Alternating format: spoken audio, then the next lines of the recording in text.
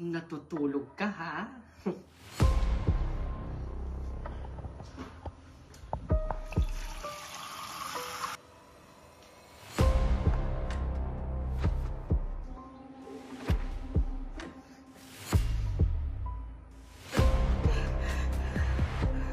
Minsan, Ginebra! O ano? Nagulat ka? Ba't mo naman ako sinabuyan ng tubig? Natutulog ako eh. Design mo yan. Anong oras na hindi ka pa bumabangon dyan? Saka, ang dami-daming ginagawa dito sa bahay. Oo, alam ko naman yun. Alam ko na yung mga pwede kong gawin dito sa bahay. Pero ba't kailangan mo akong buhusan ng tubig? Mali yun, Ginebra. Kung sa'yo mali, pwes sa akin, tama yon. Minsan, Ginebra! Sobra ka na. Oh, bakit? Anong gagawin mo sa akin? Ano? Lalaban ka? Ha? Lalaban ka? Ha? Lalaban ka? Ha? Ha? Matapang ka. Aray ko! Matapang ka. Ginebra! Matapang ka. Aray ko! Mama! Mama! Anong ginawa mo sa anak ko? Ma! Sinabunutan at tinulak niya ako. Ha? Ikaw yung nauna, Ginebra. Ikaw yung nabunot sa akin. Tsaka binuhusan mo ako ng tubig habang natutulog ako eh. Diba? Ma! Sinungaling yan! Alam mo, Jessica, kung binuhusan ka man o hindi, dapat hindi mo sinasaktan ang anak ko! Dahil dyan, Ginebra, anak, kunin mo yung gunting. Gunting, ma? Anong gagawin mo sa gunting, ma? Basta, gagawin tayo sa kanya, ano? Kunin mo na yung gunting, dalian mo. Sige po, ma. Ma, eto na yung gunting, oh. Handa ka na bang mapansahan, Jessica? Tita, anong gagawin niyo sa akin? Ito, malalaman mo na. Ginebra, hawakan mo kami niyo sa likod. Tita, Kami yung kamay mo. anong gagawin niyo? Kami yung kamay mo. Tita, Ginebra! Insan! Yung kamay mo sa likod. Manahimik ka.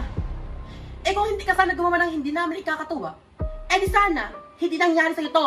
Tita! Magulo, dito lang yung kamay mo. Tita! Gusto mo kong masaktan lalo, ha? Ginebra!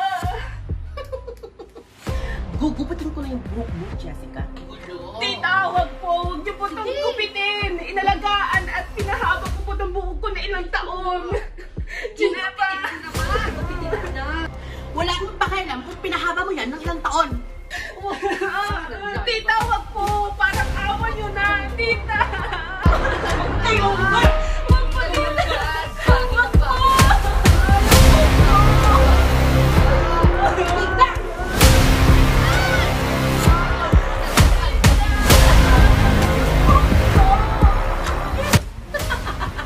Ayan, short hair ka na, Jessica.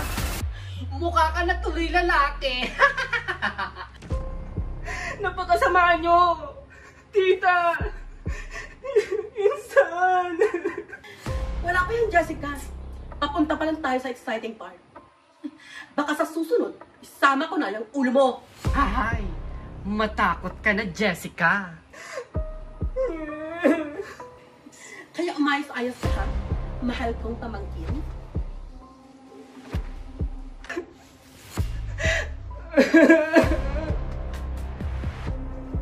Kailangan ko makuha yung cellphone ko.